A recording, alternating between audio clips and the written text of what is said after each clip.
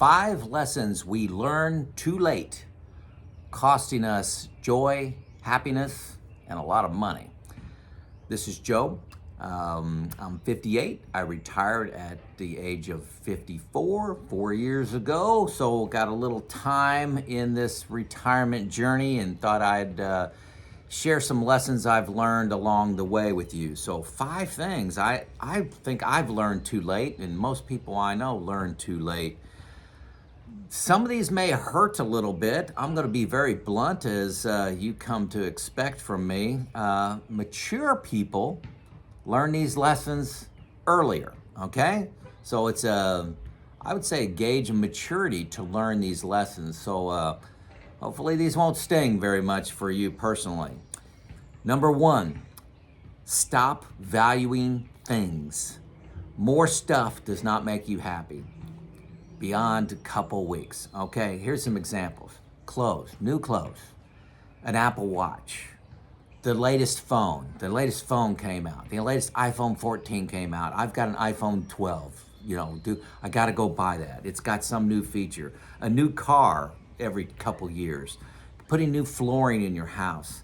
How long does that joy last versus the cost that was incurred? Excellent chance, and you may have heard this term before, retail therapy. So you're having some other issue in your life. Maybe it's stress, frustration on the job. Maybe it's relational issues. Maybe it's a self-confidence issue. And you go out and buy something, feel better about yourself. But do you feel better a month later, 2 months later, for having that desire for stuff? And I'm telling you, in retirement, and you hear people when they're in their 60s, 70s, and 80s all saying this, how early can you learn that? Makes a big difference in your joy and happiness going forward. So number 2, stop caring what others think. This again happens to people in their 70s and 80s, and the earlier you can do this, the better off you'll be. Some examples. I drive a 2012 Sienna minivan with 200,000 miles on it. You wouldn't believe how many times a week I get made fun of for what I drive. I can afford a lot nicer car, but it's our second car. Why do I need it? Clothes. A lot of my clothes come from a secondhand store. My wife works at one, volunteers at one, and she'll bring me home a $2 shirt that, brand new is $40.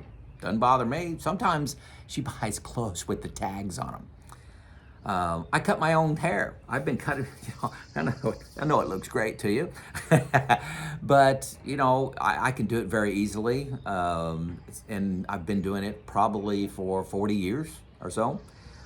These glasses I'm wearing, because my print's small, not because I wanted to make a point here, but the print's small on my computer that I'm getting my cues from. These are $3 a pair, and they break. I've got maybe 7 or 8 pair. I buy them $3 a pair. When they break, I could spend $400 on a pair of glasses. Oh, don't need that. I cut my own grass.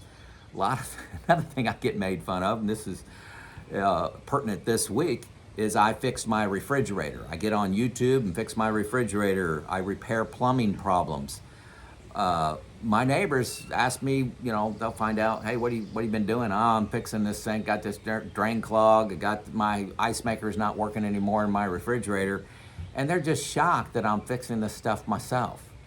May take a couple hours, but I save a lot of money doing it, and I don't really care what they think about me doing it. We kind of laugh about it. I fertilize my own lawn. I cut my own grass, like I said.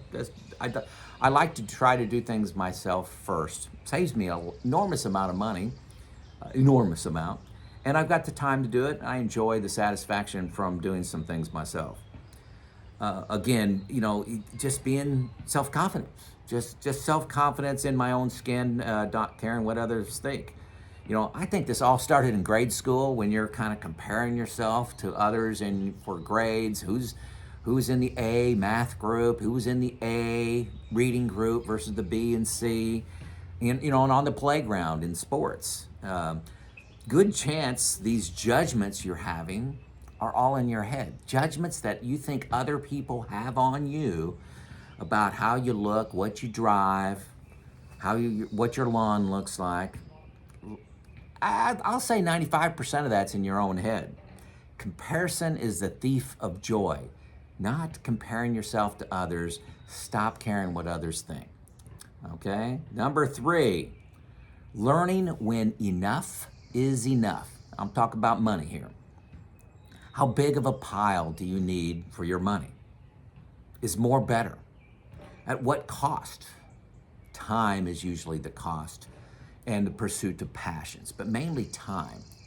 You're trading your time for money. When are you going to have enough of that? The earlier you learn this, the better off you are. Perhaps retire early. The biggest trap I hear is I'm going to work one more year. When I talk to clients, they say one more year, one more year. You know, for 50, maybe even 60 years, you've learned to save and to invest.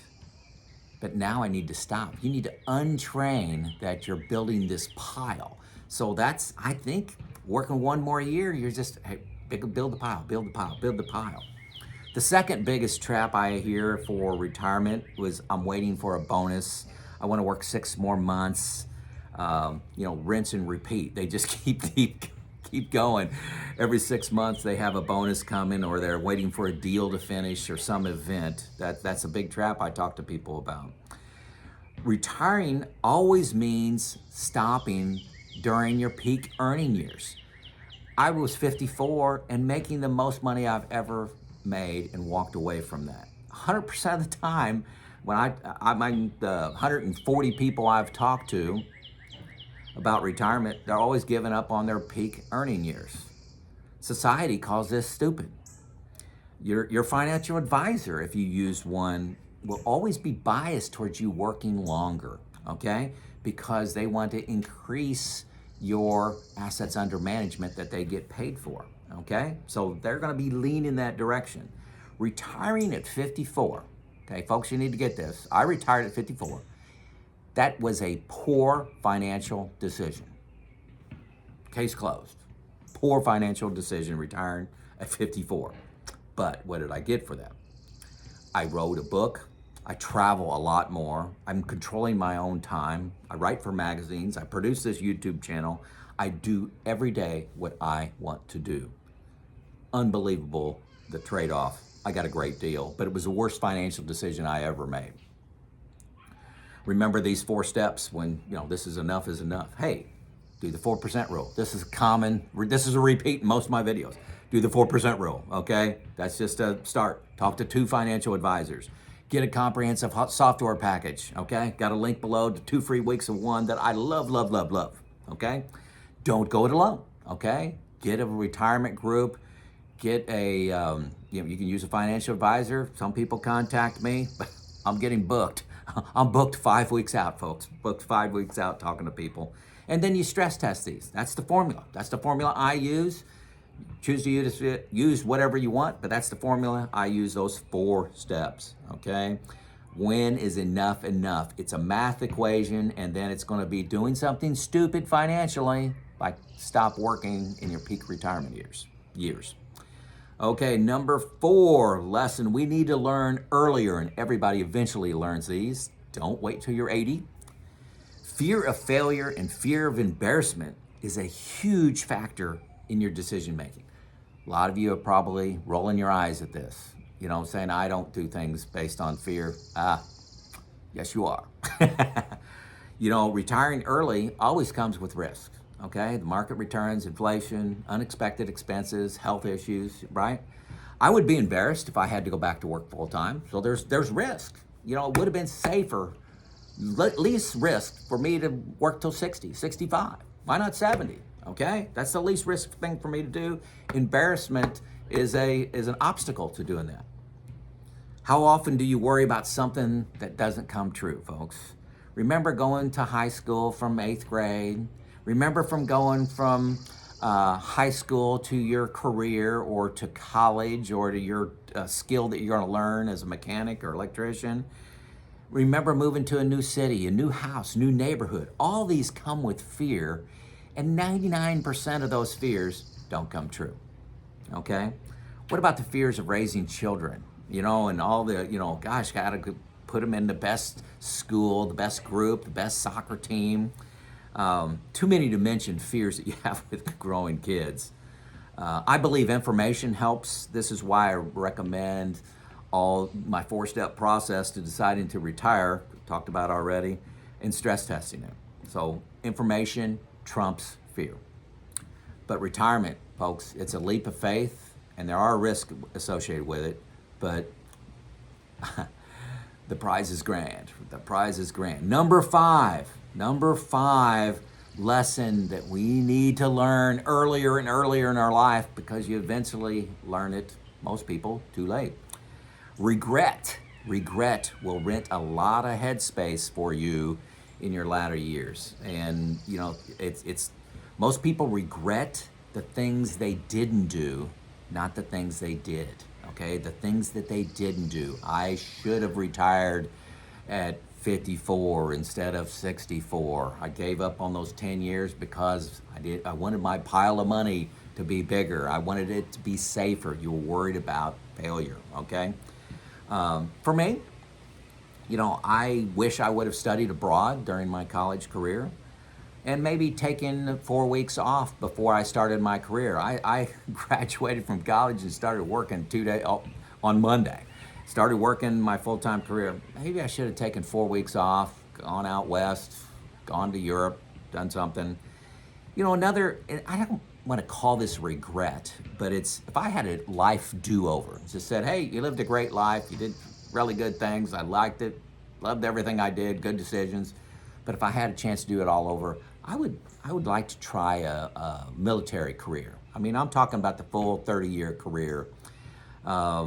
Not sure if it's Air Force, Marines, or Navy, but I'd like to try that. They're making huge impact. It's a very important role. Got tremendous respect for those people, and I'd like to do that in a do-over. So I do not regret retiring early. Find somebody that does. And there are people, the biggest group of people that regrets retiring early are those that become bored. And if you've got hobbies and you're retiring to something, that won't happen. I can't imagine being bored in retirement. I'm 4 years in. I got too many things going on, too many retirement groups I started, study groups I started, volunteer activities, writing for magazines, making YouTube channel. Come on, and add travel 15 weeks a year onto that. So anyway, have you learned these 5 lessons? Let me know in the comments if there's a lesson that you need to learn still, okay? Any more life lessons out there that you learned that are critical that most people haven't learned associated with retirement? Let me know in the comments. This is Joe out.